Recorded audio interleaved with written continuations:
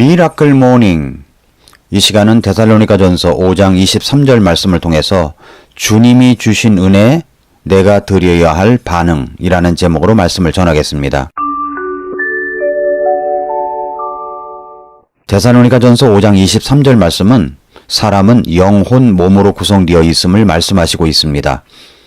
평강의 바로 그 하나님께서 너희를 온전하게 거룩히 구별하시기를 원하노라. 내가 하나님께 기도하여 너희의 온 영과 혼과 몸을 우리 주 예수 그리스도께서 오실 때까지 흠없이 보존해 주시기를 구하노라 라고 했습니다.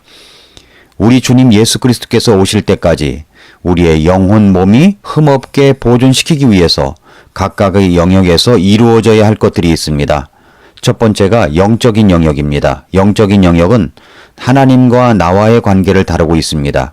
그 영적인 영역에서 이루어져야 할 5단계는 첫째는 먼저 내 자신이 하나님 앞에 죄를 회개하고 내 마음에 예수님을 구주로 영접해야 하는 것입니다. 두 번째 단계는 분명한 구원의 확신을 가지고 있어야 하는 것입니다.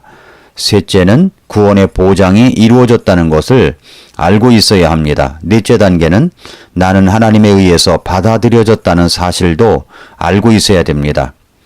오늘 이 시간은 하나님과의 영적인 영역, 5번째 단계로 주님께 드리는 전적인 의탁에 대해서 말씀을 나누겠습니다. 5번째 단계는 전적인 의탁입니다. 그리스도인의 생활의 핵심 단계인 전적인 의탁을 표현하는 다른 말이 있습니다. 전적인 의탁이란 말을 다른 단어로 대체한다면 그것은 헌신, 봉사, 순복, 순종동을 말합니다. 로마서 12장 1절에 그러므로 형제들아 내가 하나님의 긍휼을 힘입어 너희에게 간청하노니 너희는 너희 몸을 거룩하고 하나님께서 받으실 만한 살아있는 희생물로 드리라. 그것이 너희의 합당한 섬김이니라 라고 했습니다.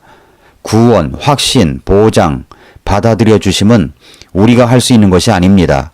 그것들은 하나님께서 은혜로 해 주신 것들입니다.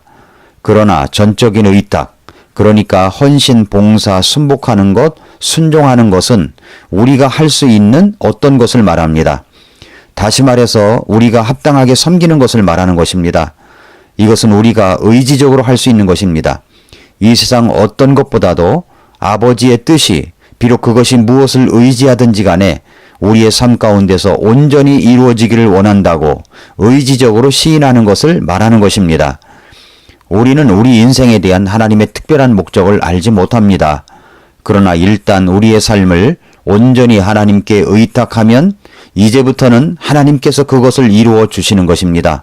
시편 37편 5절에서 네 길을 주께 맡기고 또 그분을 신뢰하라. 그분께서 그것을 이루시고 라고 했습니다.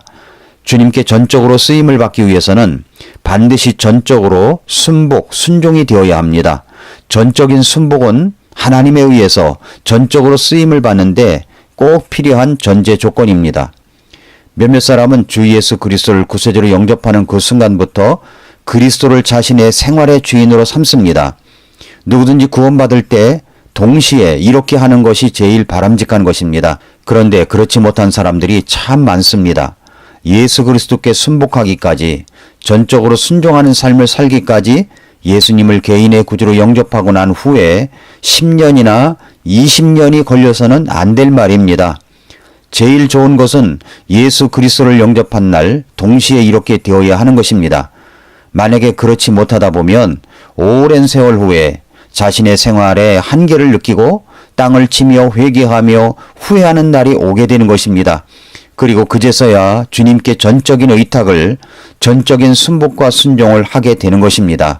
그러나 전적인 의탁을 하게 되면, 완전히 순복하는 데 이르게 되면, 완전히 순종하는 데 이르게 되면 하나님께서는 즉시 혹은 매우 짧은 시간 내에 우리의 생활 가운데 변화를 주십니다. 그러나 일단 순복한다고 하더라도 금방 눈에 띌 만한 변화는 거의 일어나지 않을 수 있습니다. 그러나 내가 전적인 의탁, 전적인 순종으로 내 자신을 주님께 드리면 그 시점부터 책임은 하나님께로 넘겨져서 개인의 인생 가운데 하나님의 뜻과 계획을 이루기 시작하시는 것입니다. 하나님과의 관계의 시작은 우리의 자아를 처리함으로써 개인적 관계를 맺는 일입니다. 로마서 12장 1절에서 보듯이 하나님께서 받으실 만한 살아있는 희생물로 드리라고 했는데 우리의 삶을 살아있는 희생물로 드리는 것입니다. 일단 희생제물로 올려지면 양은 그대로 처분만 바라고 있어야 하는 것입니다. 이제는 선택의 여지가 없는 것입니다. 그 양은 제사장에게 전적으로 달려 있는 것입니다. 제사장이 하려고 하는 대로 맡기면 되는데 거기서조차 살아나려고 발버둥치면 그것은 전적인 의탁이 될 수가 없습니다. 예수님을 내 생활의 중심 가운데 초대하면 중심이 자아가 아니라 그리스도가 되는 것입니다. 그리스도를 내 안에 모셨고 내 생활 속에 계시지만 중심이 되지 못한 채 우리 안에 거하기만 하실 수 있습니다. 비극적인 것은 이런 모습이 대다수의 그리스도인들의 모습이라는 것입니다. 예수님이 생활의 중심이 되지 못하면 다른 것이 중심이 됩니다. 다른 것이 중심이 됩니다. 어떤 것, something이나 어떤 사람, somebody가 중심이 됩니다. 우리 마음 중심, 원속의 자아에는 어떤 것이, something이 중심에 있을 수 있습니다. 구원은 분명히 받았다고 하는데 그 중심에 여러분의 자동차, 취미생활, 집, 자신이 좋아하는 일 등 정말로 우리에게 행복을 가져다 주리라고 생각되는 것으로 가득 차여 있게 됩니다. 우리는 항상 이런 것들을 얻기 위해 애쓰고 노력하지만 일단 그러한 것들이 성취된다고 하더라도 어느 정도 시간이 지나면 그 신선함이 사라지고 자신이 공허한 승리를 했음을 발견하게 됩니다. 때로는 어떤 것 대신에 something 대신에 어떤 사람 somebody가 우리 생활의 중심에 올 수도 있습니다. 어떤 이에게는 부모가 될 수가 있고 혹은 남편, 아내, 아이들, 남자친구, 여자친구 등 자신의 만족을 위해 즐겁게 해주려고 노력하는 생활 속에 어떤 사람이 될 수도 있습니다. 자신의 생활의 중심에 있는 것이 그 어떤 것, 어떤 사람이 되어서 성공을 할 수도 있을 것입니다. 또한 어떤 사람은 성적인 것이 생활의 중심이 되어 있는 사람도 있습니다. 게임이 생활의 중심이 되어 있는 사람도 있습니다. 인터넷이, 모바일 폰이 생활의 중심이 되어 있는 사람도 있습니다. 돈이나 돈으로 살 수 있는 그 어떤 것이 생활의 중심에 올 수도 있습니다. 이런 모든 것들을 자아 혹은 육신이라는 단어로 바꿀 수 있습니다. 자아란 주 예수 그리스도 밖에 있는 우리의 상태를 말합니다. 혹은 성경 말씀대로 육신이라고 정의할 수 있습니다. 육신의 영어 단어 플래시에서 H를 빼고 거꾸로 읽으면 셀프가 됩니다. 자아가 됩니다.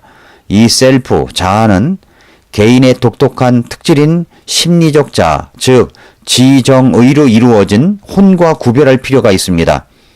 혼은 그 자체가 중립적입니다. 그러나 자아가 생활의 중심이 있다는 사실은 우리 자신이 생활을 지배하고 있거나 적어도 그렇게 하려고 노력하고 있음을 의미합니다. 물론 아무에게도 스스로 자신의 생활을 지배할 능력은 없습니다. 우리가 의지적으로 동의하기만 하면, 이 말에 밑줄을 쫙 그어야 합니다. 의지적으로 동의하기만 하면 하나님께서 우리의 영을 지배하시고 영은 우리의 혼을 지배하고 혼은 우리의 몸을 지배하도록 되어 있습니다. 이것이 하나님의 계획입니다. 이렇게 되려면 무엇보다 먼저 그리스도께서 우리 마음의 중심 통제사령부에 계셔야 합니다. 우리는 자아 중심적이 아니라 그리스도 중심적이어야 합니다. 그러나 대부분의 그리스도인, 심지어 사역을 하는 사람들까지도, 교회에서 리더십 자리에 있는 사람들까지도 그들의 자아가 주를 위해 일하고 자아가 봉사하고 있음을 발견할 수 있습니다. 그러니까 주의 일을 하면서 짜증을 내고 화를 내고 손이 계산을 하는 것입니다. 허드슨 테일러라는 선교사가 있습니다. 젊어서 예수님을 영접하였습니다. 그리고 그는 사역에 부르심을 받았습니다. 그는 선교사로 훈련을 마친 다음에 선교지인 중국으로 갑니다.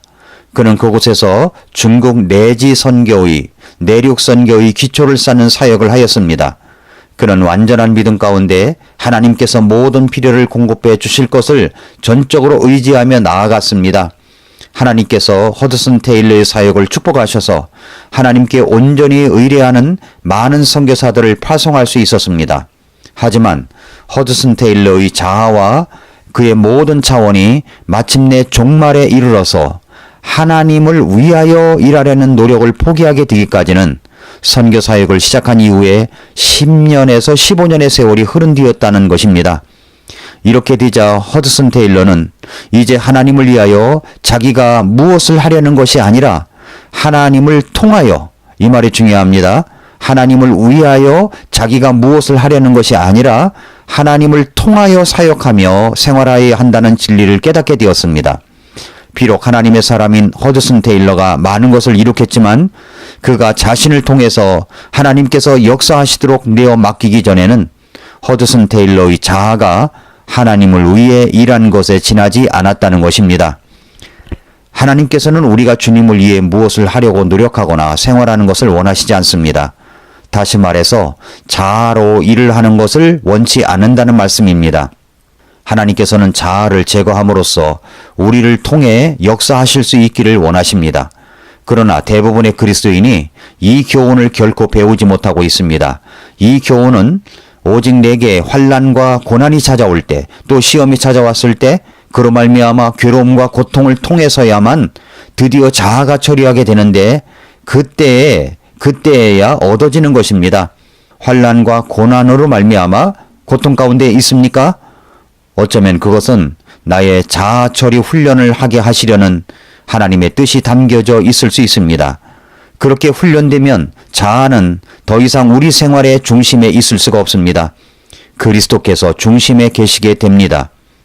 그러나 우리의 자아가 생활을 지배하며 어떤 일을 하려고 계속적으로 시도한다면 그 결과 우리는 생활에 있어 더욱 무력해지게 됩니다.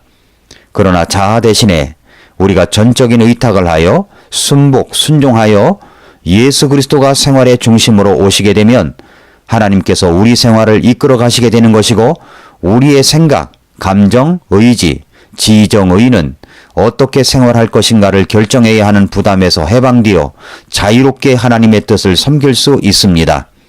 사랑하는 성도 여러분, 애청자 여러분, 먼저 우리는 하나님과 나 자신의 관계를 확립해야 합니다. 이것이 먼저 영혼 몸 가운데서 영적인 영역입니다. 첫째 단계, 먼저 내 자신이 내 마음에 예수님을 구주로 영접해야 합니다. 둘째 단계, 분명한 구원의 확신을 가지고 있어야 합니다. 셋째 단계, 구원의 보장이 이루어졌다는 것을 알고 있어야 합니다. 넷째 단계, 나는 하나님에 의해서 받아들여졌다는 사실도 알고 있어야 합니다. 여기까지는 우리 주님께서 은혜로 주신 것들입니다. 이제 그 하나님의 은혜에 대한 나의 반응, 내가 해야 할 일은 이것입니다. 다섯 번째 단계, 자아를 버리고 예수 그리스도를 중심에 있게 하심으로 전적인 의탁을 하는 것입니다. 이렇게 하나님과의 관계가 잘 확립되어질 때 진정한 영적 치유와 성령 충만이 일어날 수 있습니다. 기쁨으로 신앙생활을 할 수 있습니다. 이번 주간의 미라클 모닝 말씀은 영혼 몸을 다루는 말씀이니까 꼭 몇 번이고 들으시면 영혼 몸이 온전하게 보존되어야 하는 말씀을 이해하고 큰 도움이 될 것입니다. 다음 시간에는 우리의 혼의 영역에서 일어나는 일과 해결되어야 할 것들을 나누겠습니다. 오늘도 미라클 모닝입니다.